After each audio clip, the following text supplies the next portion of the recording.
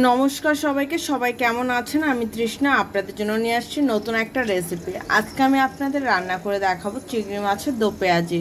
তো প্রথমে মাছটাকে লবণ আর হলুদে মেখে নেব। লবণটা দেওয়ার পর দিয়ে দিলাম হলুদের গুঁড়া। দেখো মাছটা খুব সুন্দর করে মেখে নিয়েছি। আর এখানে আমি মাছটা ভাজার জন্য কড়াইতে তেল গরম করতে বসিয়ে দিয়েছিলাম।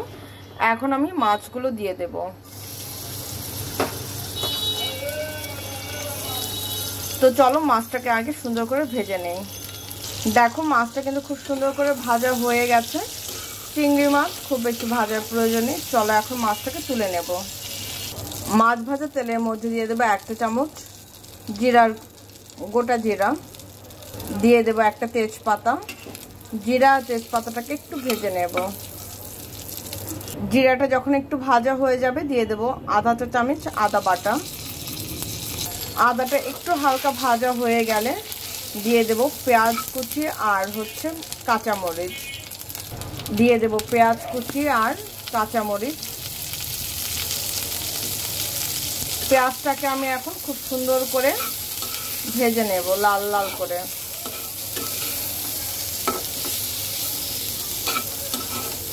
তো চলো পেঁয়াজটা আগে ভাজা হোক। দেখো পেঁয়াজটা কিন্তু খুব সুন্দর করে আমার ভাজা হয়ে গেছে।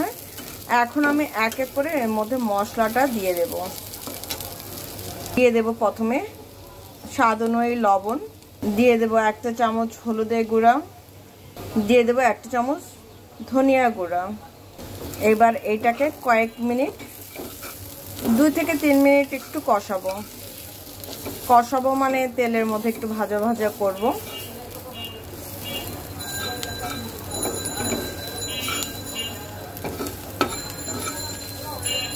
পেঁয়াজটা যখন খুব সুন্দর মতন ভাজা ভাজা হয়ে যাবে এর মধ্যে আমি দিয়ে দেব সামান্য একটু জল কষানোর জন্য।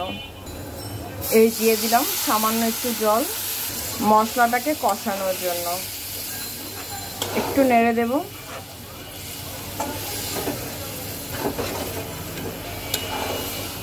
এইবার আমি ঢেকে দেব মশলাটাকে যেন একটু সুন্দর করে কষে যায়। আর যখন তেল ছেড়ে দেবে তখন কিন্তু আমি এর মধ্যে ঝোলের জন্য, ঝোল তো না, তোমার সামান্য একটু জল দেব। দেখো আমার কিন্তু খুব সুন্দর মতন কষানো হয়ে গেছে। তেলও ছেড়ে দিয়েছে, কারণ আমার তেলটা খুব কম পরিমাণে ছিল বলে আমি তাও দেখাতে পারছি না। তাও সাইড দিয়ে তোমরা চাইলে দেখতে পারবে। তো এখন আমি দিয়ে দেব সামান্য একটু জল, খুব বেশি জল দেব না।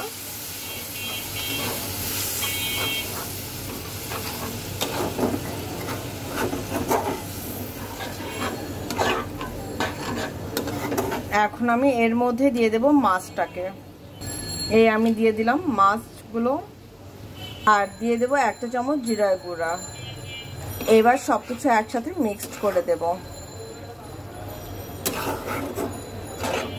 আমি আর এখন খুব বেশি জাল করব না, মিনিমাম 5 মিনিট জাল করলে আমার কিন্তু চিংড়ি মাছের দো পেঁয়াজি হয়ে যাবে। তো চলো 5 মিনিট পর শেয়ার করছি। দেখো আমার কিন্তু চিংড়ি মাছের দো পেঁয়াজিটা হয়ে গেছে। এখন আমি এটাকে নামিয়ে নেব। তো চলো নামানোর পর ফাইনাল লুকটা শেয়ার করছি। তো এই হচ্ছে আমার চিংড়ি মাছের দো পেঁয়াজি। কেমন হলো অবশ্যই কিন্তু জানাতে ভুলবে না। তো যদি আমার ভিডিওটা ভালো লেগে থাকে তোমরা প্লিজ তোমার ফ্রেন্ড সার্কেল আত্মীয় স্বজনের মধ্যে কিন্তু শেয়ার করতে ভুলো না। পুরো ভিডিওটা দেখো, তোমাদের কাছে রিকোয়েস্ট। তো আজকের জন্য এতটুকুই। সবাই ভালো থেকো, সুস্থ থেকো, আর আমার জন্য আশীর্বাদ করো আমি যেন নিত্য নতুন তোমাদের নতুন নতুন ভিডিও দিতে পারি। তো আজকের জন্য এই পর্যন্তই। টাটা, সবাই ভালো থেকো।